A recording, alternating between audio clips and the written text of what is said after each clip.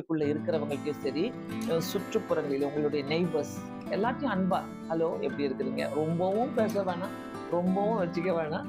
ஒரு லிமிட்டா நம்ம பேசினா, அன்பாக பேசினா நல்லது. போற வரவங்க ஒருவேளை டெய்லி பார்க்குறீங்களா? பக்கத்துல இருக்கிறாங்களா?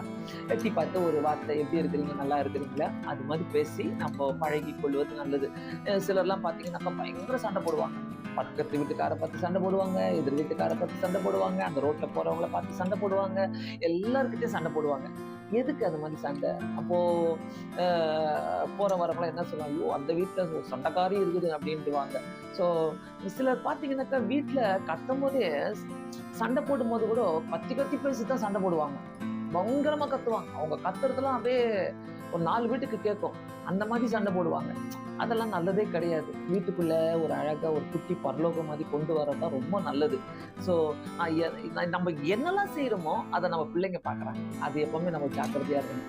நம்ம எதெல்லாம் நம்ம விதைக்கிறோமோ அதெல்லாம் நம்ம பிள்ளைங்க அறுக்கக்கூடாது. வேண்டாம் தயவு செய்து.